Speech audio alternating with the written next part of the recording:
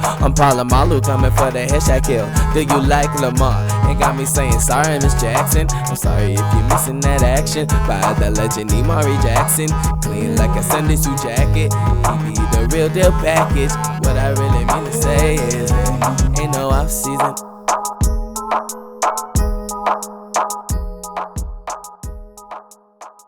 What's going on, YouTube? Welcome to No Off Season Media, and I'm your host, Amari Sports.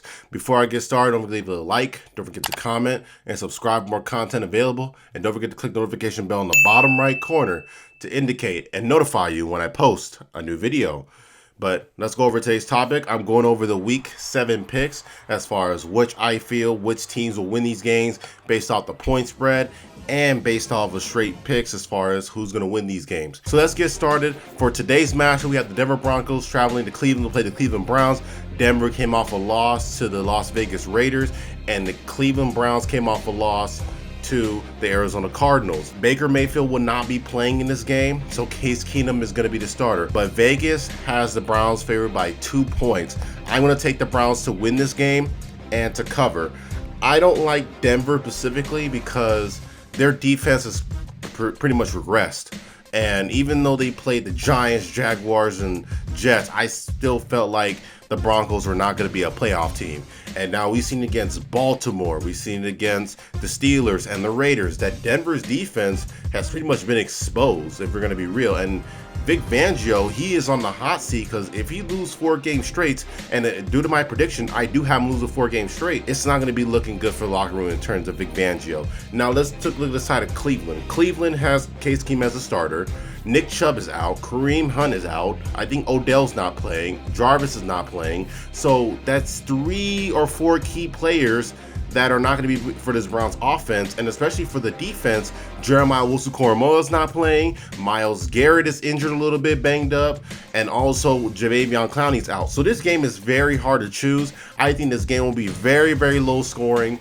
I don't see where any offense tries to throw the ball over the top. I think both of these offenses will try to play very conservatively, even though Denver's offense is a little bit better, but they don't play up to the expectation because I don't trust Teddy putting the ball over the top against the Browns defense. So I do like the Cleveland Browns to win this game on Thursday Night Football tonight. I'm going to take the Cleveland Browns to win 23-17 over the Denver Broncos. Let's go to the Sunday matchups. We have the Carolina Panthers traveling to the New York Giants in the Meadowlands in New Jersey. The Carolina Panthers came off a loss to the Minnesota Vikings in overtime, and New York Giants got pretty much shellacked by the Rams. Even though they were up 3-0 in the first quarter, the Rams scored 38 unanswered points. In this matchup with Vegas, Vegas has the Carolina Panthers favored by 3 points. I'm going to take the Giants to win and to upset the Carolina Panthers. Darnold has pretty much struggled when he doesn't have Christian McCaffrey in the backfield, and we have seen that the last couple games against Philly. We have seen this against Minnesota, even against Dallas when Christian McCaffrey wasn't there. Sam Darnold has pretty much struggled the entire time. And I just don't really trust Sam Darnold right now. He is becoming a turnover machine in Carolina. But let's go on the flip side with another turnover machine in Daniel Jones. Yes, he turns over the ball, but it was against the Rams front 7 that was really good, pressuring that very woeful Giants offensive line. Now, the Giants, they are getting some key players back. We know for a fact that Sterling Shepard's going to play, but is Darius Slayton coming back? We know that Saquon's not here and Kenny Golladay, but maybe having those 2 key wide receivers maybe helps this Giants team. And also, let's take a look at this. Carolina struggles against tight ends. Okay, so I think in this matchup, you got to give me the Giants here. They want to bounce back. I know they have a very slow start, but I think Sam Darnold coming back to New Jersey, I think the Giants just win this game outright. I'm going to take the Giants and the points. Giants win 24-20 over the Carolina Panthers. Next matchup is the New York Jets coming off a bye week to play the New England Patriots, who came off an overtime loss to the Dallas Cowboys. And Vegas has the New England Patriots favored by 7 points. I'm going to take New England to win this game and New England to cover. Yes, the Jets are coming off a bye, but I still don't trust Zach Wilson at all. Turnover machine, has the most turnovers out of all the rookie quarterbacks that have been playing, even with Trevor Lawrence even still there, and he has have turnovers the entire year. But New England, I worry about them a lot, and I don't think they're going to be a playoff team this year. I thought they were, but I'm saying too much. They're 0-4 at home.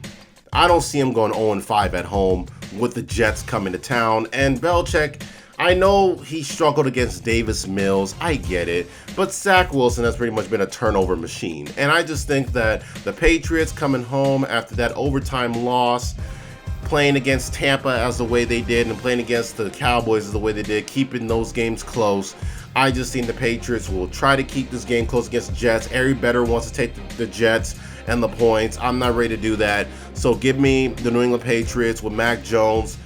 Shows more. If they can just unload the playbook on Mac Jones, I think the Patriots will be fine this matchup. Unload the playbook, please.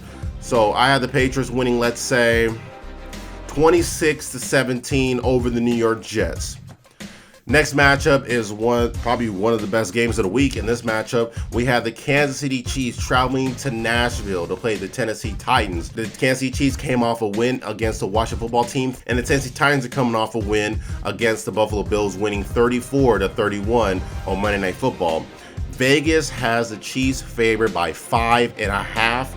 I'm going to take the Chiefs to win this game and to cover. I think the Chiefs in this matchup, I know defensively they got a little bit better, but is that because the inefficiency of Washington? I have no clue. And we know that with the Tennessee Titans, Caleb Farley's out with an ACL injury, so that's going to really take a really bad ding on their defense, who wasn't really that good to begin with. And I just think that Kansas City will run all over or even pass all over this Tennessee defense.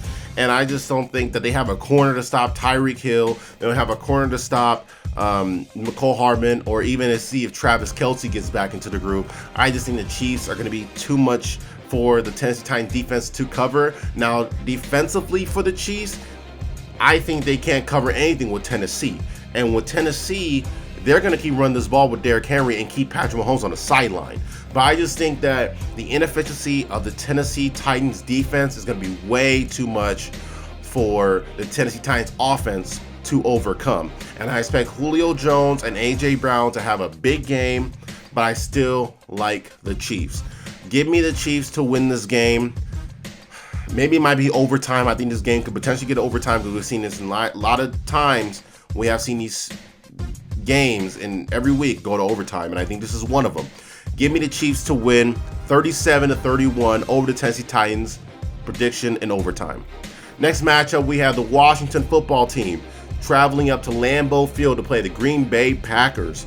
Washington came off a loss against Kansas City, who I alluded to earlier, and the Green Bay Packers came off a win against the Chicago Bears, where Aaron Rodgers said, and yes, he is 22-5 against the Chicago Bears. So of course, Chicago, he's gonna own you. Vegas has the Packers favored in this matchup against Washington by 8.5. Give me Washington and the 8.5 points. The Packers may be overlooking Washington, and I know they're gonna be decked out in their throwback jerseys or whatever, but also we gotta take a realization into is that could the Packers be overlooking Washington for the Arizona game on Thursday night?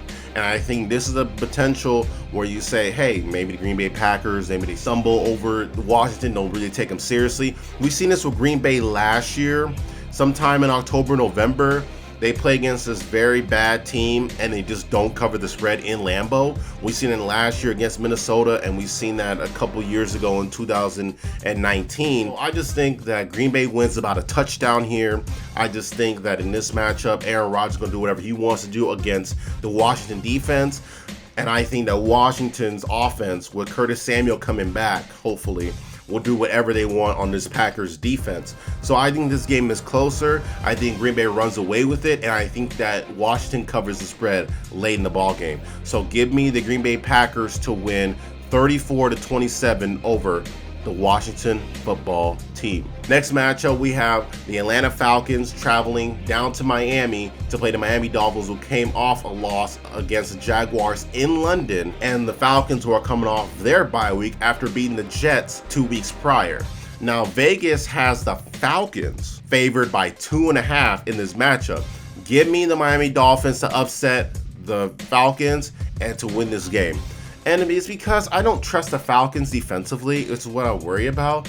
And I think them coming off a bye, yes, Matt Ryan has a good record off a bye in his time, even before he became the starting quarterback. But it's going to be too much for the Falcons as far as defensively, because I think Miami will have a good game plan for the Falcons.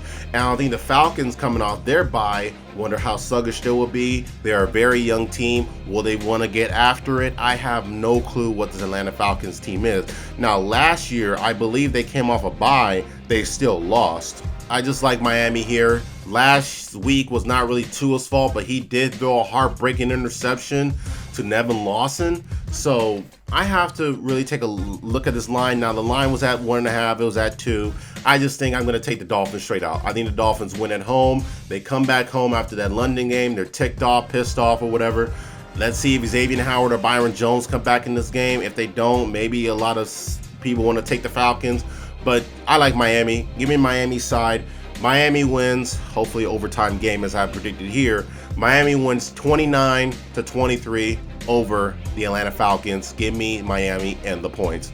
Next matchup is the Cincinnati Bengals traveling to Baltimore to play the Baltimore Ravens. Cincinnati came off a win against the Detroit Lions, 34-11. The Baltimore Ravens came off a really good win against the Los Angeles Chargers, 34-6. I just think that Baltimore is the best team in AFC despite their injuries that have been happening at the running back position and even at wide receiver with Sammy Watkins, Marcus Peters, and even with Patrick Queen gone. I think that the Ravens are still the best team in AFC. But Vegas has the Ravens favored by 6.5 in this matchup. I like the Bengals and the points. The Cincinnati Bengals offense is for real. Yes, they play against Detroit, but we really saw it against Green Bay how really good this offense was with Joe Burrow and Jamar Chase and Tyler Boyd.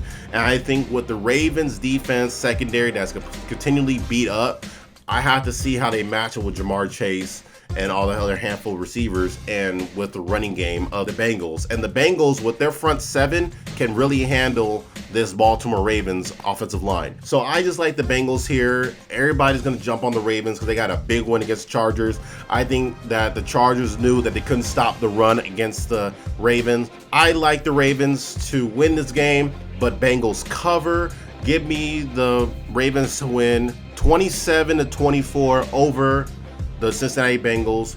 Ravens win, but fail to cover. Let's move on to the late start games. We have the Detroit Lions traveling to Los Angeles to play the Los Angeles Rams. The Detroit Lions came off of a shellacking against the Cincinnati Bengals, didn't score any points to the fourth quarter, and the Los Angeles Rams came off a blowout win against the New York Giants. This is Jared Goff revenge game, or even just Matthew Stafford revenge game. Every bettor likes this number. Give me Detroit to cover, but the Rams win. I think with Jared Goff getting called out by his coach, Dan Campbell, will pretty much motivate Jared Goff a little bit. And I know that Jared Goff doesn't show that much emotion. I get it. You're getting called out by your own head coach. The city is pretty much forgotten you at this point. And also you're returning against your former team. And you're not going to tell me there's not going to be any emotion involved with Jared Goff trying to prove a point to Sean McVay that I could still be a franchise quarterback, or worst case scenario be a backup and not be a quarterback that shouldn't be in the league. I'm pretty sure Jared Goff's going to have some fire in him. And I know that Detroit, they are a really bad team, but they have covered the spread against some really good teams. We see it with San Francisco. We see it with the Baltimore Ravens. It just seems like when the Detroit Lions play against really good teams, they tend to cover the spread a lot. In this matchup, I like the Rams, but will Matthew Stafford try to prove something? Yes, he will. But I just think that the Rams will try to score a lot of points, let the game get out of hand, take their starters out. Then the Lions try to come back in this game with Jared Goff, and Jared Goff shows who he is. So give me the Rams to win this game, but the Lions cover. Rams win 30-20 over the Detroit Lions. Next matchup is the Philadelphia Eagles traveling to Sin City to play the Las Vegas Raiders. Philadelphia came off a loss to the Buccaneers on Thursday Night Football, and the Raiders came off a pretty much thrilling win in Denver despite all their former head coach drama that happened for the past couple weeks. And in this matchup, Vegas, the Sin City Vegas, has the Las Vegas Raiders favored by 3 points. I'm going to take Philadelphia to win this game in the cover. With the Eagles, they're better on the road than they are at home. They beat Atlanta, they beat the Panthers, and the only road game that I remember them probably losing is the game against Dallas, and we see what they did against the New England Patriots, how they're able to get a lot of points on them. But I just think with the Raiders, they win games they shouldn't win, and then they lose games they shouldn't lose. I'll give you for an example. We never thought they were going to beat Baltimore. They beat Baltimore. We never thought they were going to beat the Steelers. They beat the Steelers. We all betted that the Chicago Bears were going to go into the Vegas and get blown out. Oh, look, the Vegas lose that game. And then we're like, okay, then the Denver Broncos and the Raiders, the Denver Broncos will have this game handily. Nope, that was not necessarily the case. The Raiders handled the business. So I just think that coming back home, maybe the team's a little bit deflated. I still like Derek Carr, but the Raiders tend to lose games they always should win, and then they tend to win games they shouldn't lose. Eagles win, upset the Raiders in Vegas. Eagles win 26-22 over the Las Vegas Raiders. Eagles win an upset. Next matchup, we have the Houston Texans traveling all the way down to Glendale, Arizona to play the Arizona Cardinals. The Texans are coming off a loss against the Indianapolis Colts. They lost 31-3, and the Arizona Cardinals came off a win like 37-13, 20 or whatever against the Cleveland Browns. And they're a 6-0 undefeated team against a team that has lost, like 5 straight games or whatever. I just think that the Arizona Cardinals are going to be Super Bowl favorite right now, as of right now as we speak. And the Texans are pretty much going to be probably in that running for the number 2 spot unless Detroit loses. But anyways, Vegas has the Cardinals favored by 17.5. A lot of people want to take Houston's side with that 17.5. Give me Arizona and his 17.5 points. I don't like Houston at all. Houston's a bad organization. They have a bad roster. I don't like Davis Mills. We've seen that against the Buffalo Bills and the Indianapolis Colts. Davis Mills has continually struggled. I'm sorry, he's not that good.